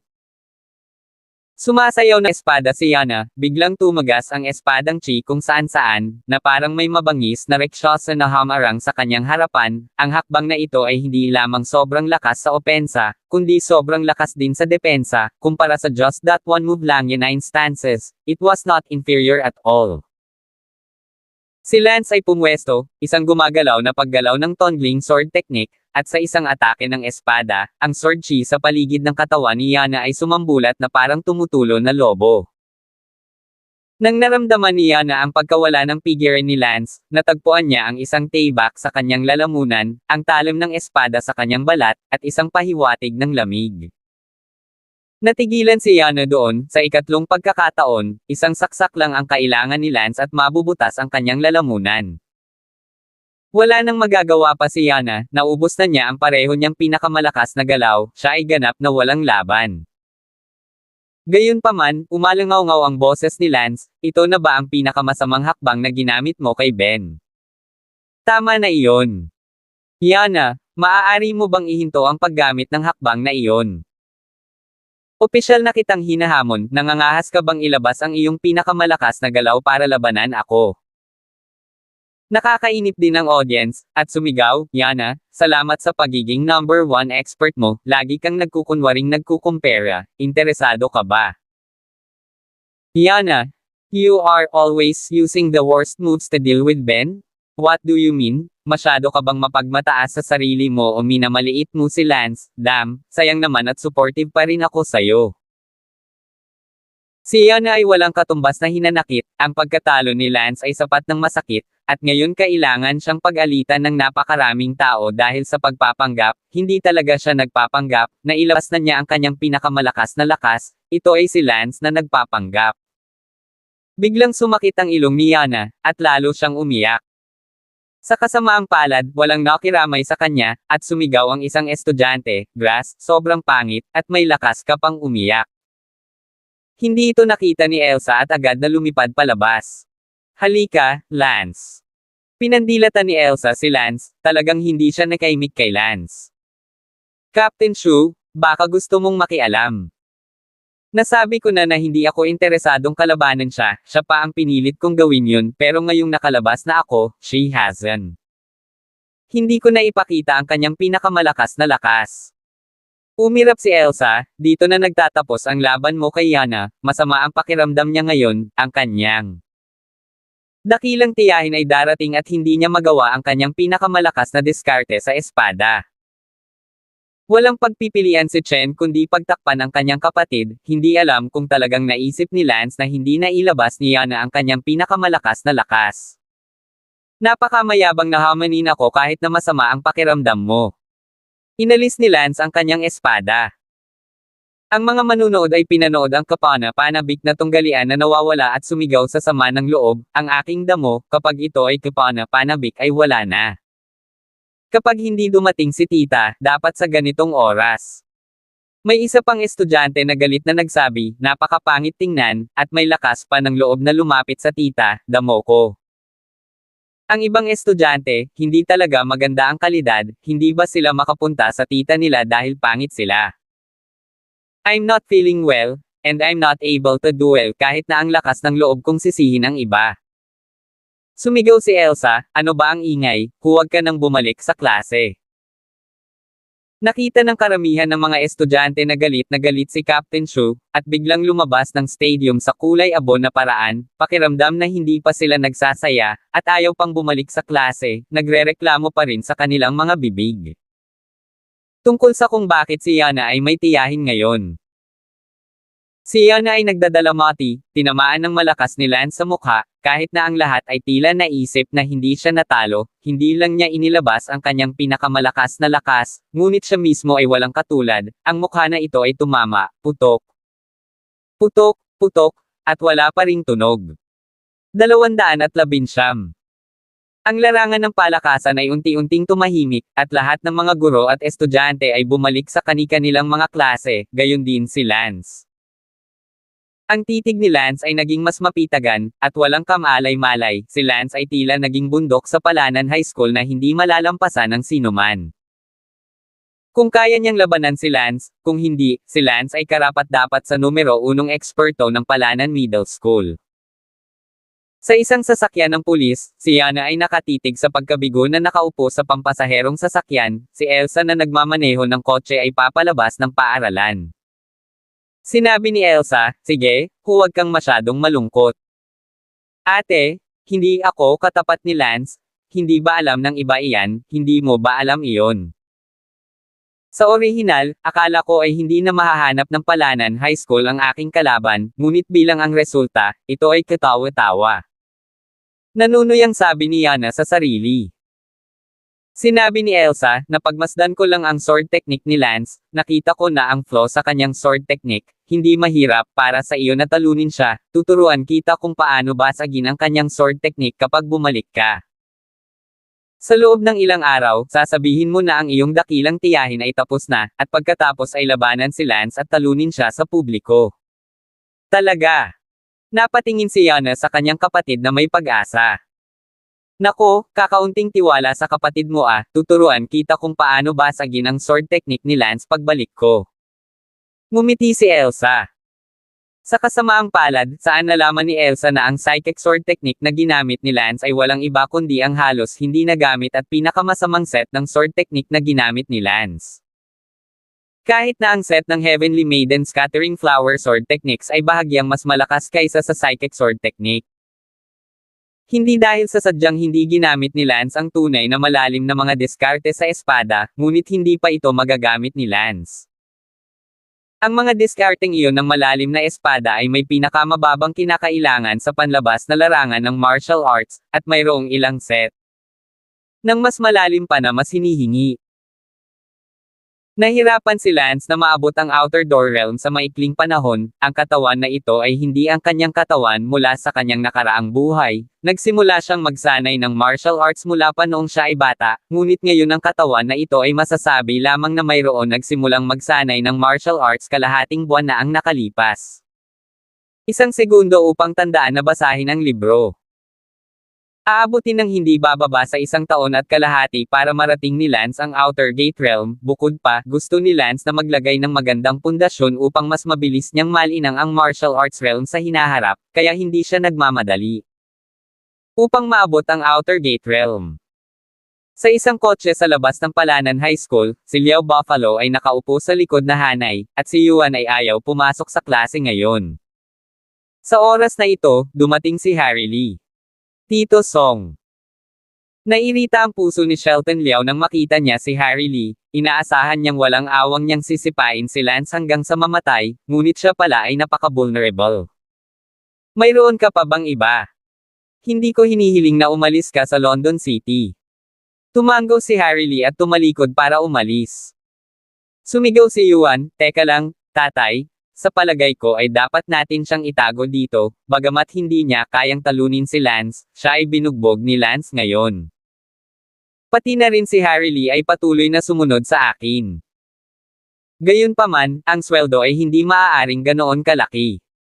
Sinabi ni Shelton Liao, 10 milyon sa isang taon, manatili kung gusto mo. Si Harry Lee na abala ay tumango, Tito Liao, handa akong manatili at samahan si Young Master Liao upang labanan muli ang mundo. Napaungol si Shelton Liao at hinayaan ang driver na magmaneho. Ipinagpatuloy ng paaralan ang normal na ayos ng klase. Sinanay ni Lance ang kanyang panloob na lakas para sa dalawang klase at hindi gaanong nagsanay. Sa ika-4 na klase sa umaga, pumasok sa silid-aralan ng guro ng klase na si Chen Tianming. Pansinin ng dalawang bagay, una, ang araw ng bagong taon ay darating, ang pagdiriwang ng bagong taon ng paaralan, ako. Ang aming klase ay dapat maghanda ng kahit isang programa, at kung sino man ang may talento ay maaaring magparehistro. Ang ikalawang bagay, upang ipagdiwang ang araw ng bagong taon, ang buong paaralan ay nagdaraos ng isang talent competition, higit sa lahat mayroong mga paligsahan sa kaligrafya, mga paligsahan sa tula, mga paligsahan sa pagtugtog ng instrumentong pangmusika, mga paligsahan sa pagpipinta, at mga paligsahan sa pag-awit. Sinumang may talento sa mga lugar na ito ay maaaring mag-sign up sa komite ng pag-aaral. Ang komite ng pag-aaral ay si Sally. Nagtanong si Lance, maaari bang sumali silang lahat? Bagamat hindi nang ahas si Chen Tianming nasaktan si Lance, labis siyang naiinis kay Lance, na minsan ay nagkaroon ng alitan sa kanya. Ngumuso si Chen Tianming, lahat ay lumahok, mayroon ka bang ganoon karaming talento? Kung wala ka nito, huwag kang mahiya. Sumimangot si Lance, ngunit hindi nagabala na sundan siya sa pangkalahatan. Si Lance ay bihasa sa musika, chess, calligraphy at pagpipinta, dahil may ganoong kompetisyon ang paaralan, bakit hindi sumali si Lance dito? Si Lance ang unang pinakabata sa mga henyo sa kanyang nakaraang buhay, hindi lamang sa mga tuntunin ng martial arts, kundi pati na rin sa mga tuntunin ng talento. Ang mga natamo ni Lance sa chess, piano, calligraphy at pagpipinta ay maikukumpara sa mga hindi pangkaraniwang tao. Class. Sinimulan ni Chen Tianming ang klase.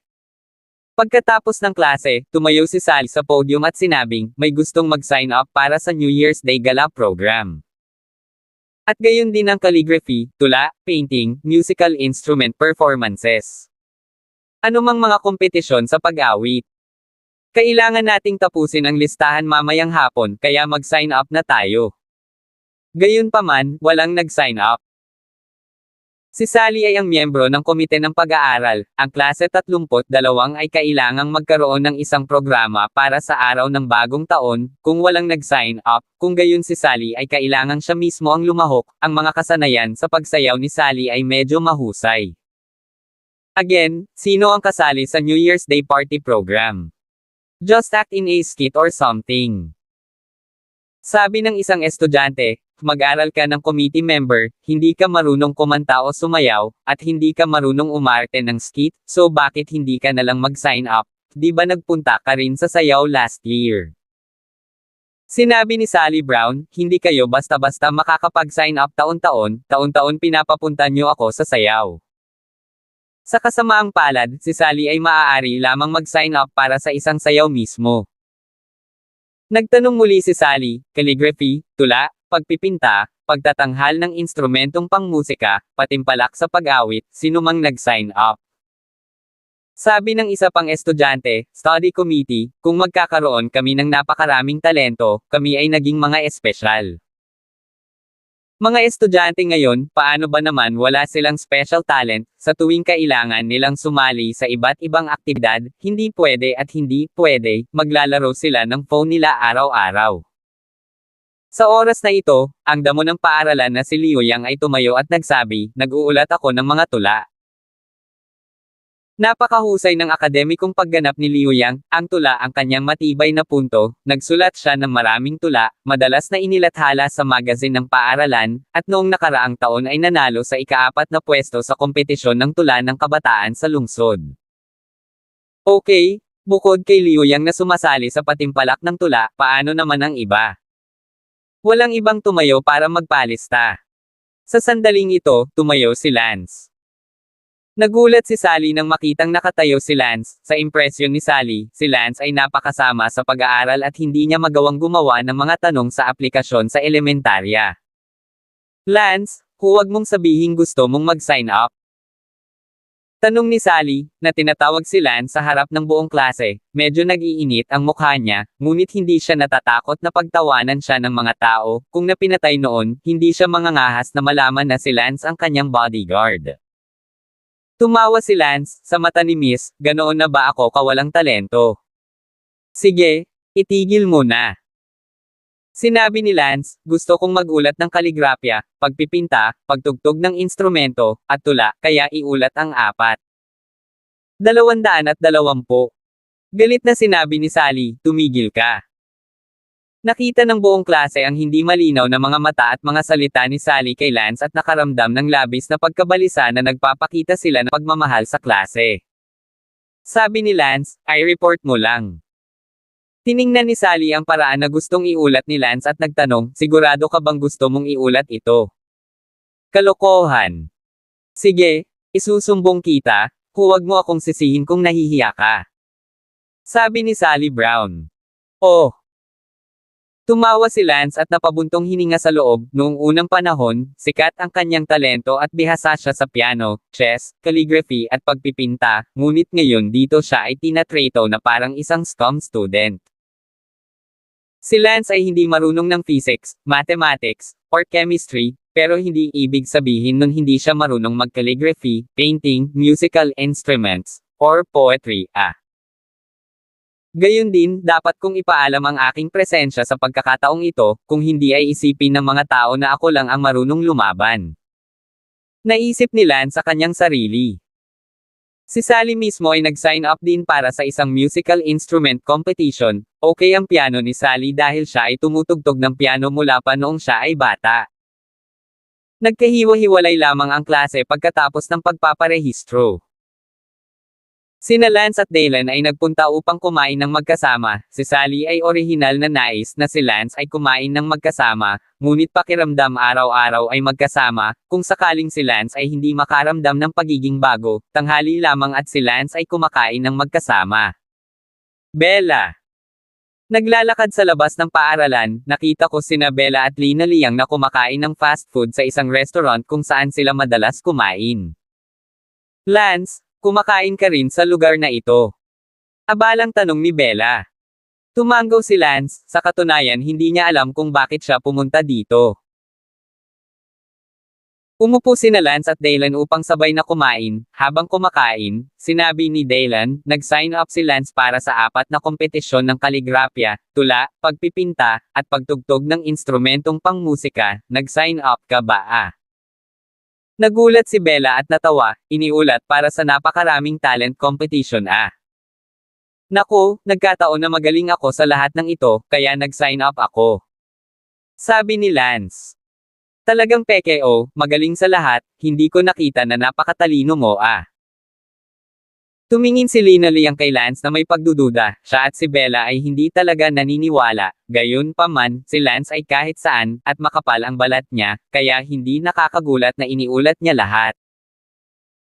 Sinabi ni Lina Liang, hindi ako talento, mga pangit na tao, hindi maganda ang pagkanta, na parang Bella, napakahusay ng talento sa pagkanta, ngayong taon na kompetisyon sa pag-awit, ay tiyak na magiging unang lugar muli. Nagulat si Lance at natawa, hindi naman, magaling bang kumanta si Bella? Sinulyapan ni Lina Liang si Lance at ngumuso, hindi mo masyadong binibigyang pansin si Bella, ang Campus Top 10 Singers Competition, si Bella ay numero 1 bawat taon, sa tingin mo ba ay maganda ang boses niya? Napakalakas. Tumawa si Lance, hindi ko talaga akalain na si Bella Pallen ang mauuna sa Campus Top 10 Singers. Mahinhin na tumawa si Bella. Ang mga tao ay talagang isang espesyal na hayop, at nalaman na si Bella ang nangungunang 10 mang-aawit sa campus, maging ang imahe ni Lance kay Bella ay tumaas ng isang antas. Hindi na kailangang sabihin, si Bella ay dapat na nag-sign up para sa programa ng kompetisyon sa pag-awit sa pagkakataong ito, at ang nangungunang 10 mang-aawit ay tiyak na kailangang makipagkompetensya sa entablado. Sa pag-iisip na kumanta, biglang nalungkot si Lance nang maalala niya ang paborito ng kanyang puso, ang kanyang nakatatandang kapatid na babae. Si Sister ang numero 1 kagandahan sa Ritian, at maganda siyang kumanta, madalas na gumagawa ng sarili niyang musika at kumakanta mismo. Kapag nagiinuman si Lance at ang kanyang mga kapatid, madalas nilang hinahayaan ang kanilang nakatatandang kapatid na babae na kumanta upang tulungan silang magdiwang.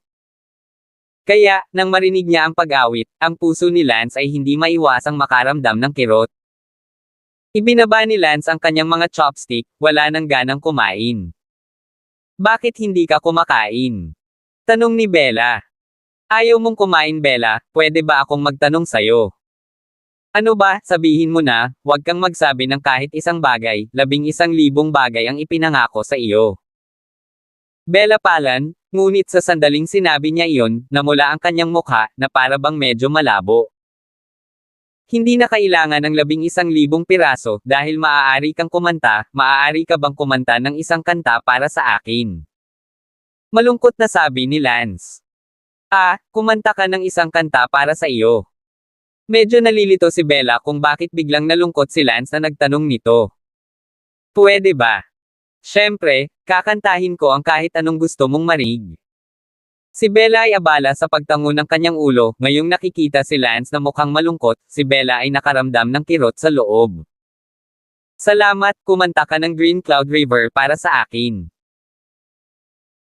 Sabi ni Lance, ang kantang ito, ay binubuo ng kanyang nakatatandang kapatid na babae. Ang kanyang nakatatandang kapatid na babae ay madalas na kumanta ng kantang ito, gustong-gusto ni Lance na marinig itong muli ng kanyang nakatatandang kapatid na babae, ngunit sa kasamaang palad ay hindi na niya kaya, kung hahayaan niyang kumanta si Bella ng isang kanta para sa kanya, maaari itong ituring na nagpapagaan ng pananabik ng kanyang puso. Ano ang Green Cloud River? Malalim na kumunat ang noo ni Bella. Naku, paano magkakaroon ng Green Cloud River dito? Tumawa ng mapait, tumayo si Lance at lumabas ng hotel, naglakad na mag-isa, si Dylan at silang tatlo ay natigilan doon, hindi alam kung ano ang biglang nangyari. Nangyari kay Lance na may malungkot na ekspresyon. Natarante si Lina Liang at nagtanong, ano ang problema niya? Hindi ko alam, ang alam ko lang ay may kirot sa puso ni Lance, tungkol sa relasyon sa kanyang nakatatandang kapatid na babae, at hindi ko alam kung ano ang nangyari sa kanila, tila mahal na mahal ni Lance ang kanyang nakatatandang kapatid na babae. Si Bella ay nakaramdam ng kirot sa loob habang sinasabi niya ito, talagang nais na mapalitan niya ang kanyang nakatatandang kapatid na babae at huwag na huwag siyang masaktan ng ganito. Si Lance ay nakatayo sa tabi ng ilog mag-isa, gusto niyang tumahimik. Sa tuwing naiisip niya ang kanyang nakababatang kapatid na babae, ang kanyang kalooban ay napuno ng hindi maalis na kalungkutan. Ang pagmamahal na mayroon siya sa kanyang nakatatandang kapatid na babae mula pagkabata, mas itinago niya ito sa loob, mas lumalalim ito, natakot si Lance na isang araw, mahulog siya sa demonyong pag-ibig. Ang isang demonyo ng pag-ibig ay hindi katulad ng isang demonyo ng puso, ngunit hindi ito gaanong naiiba. Sa madaling salita, ang mahulog sa isang demonyo ng pag-ibig ay napaka-nakakatakot. Kailangan kong pigilan ang aking sarili, dahil narito na ako sa mundong ito, kailangan kong ganap na sumanib sa mundong ito at huwag mag-isip tungkol sa anumang mga nakaraang tao o bagay. Hinihikayat ni Lance ang kanyang sarili. Gayunpaman, habang pinipigilan ko ito, lalo itong tumalbog, at ang ulo ay biglang sumakit na parang luha. Umungol si Lance, mabilis na bumunot ng 3 pilak na karayom, at itinusok ang mga ito sa kanyang bungo.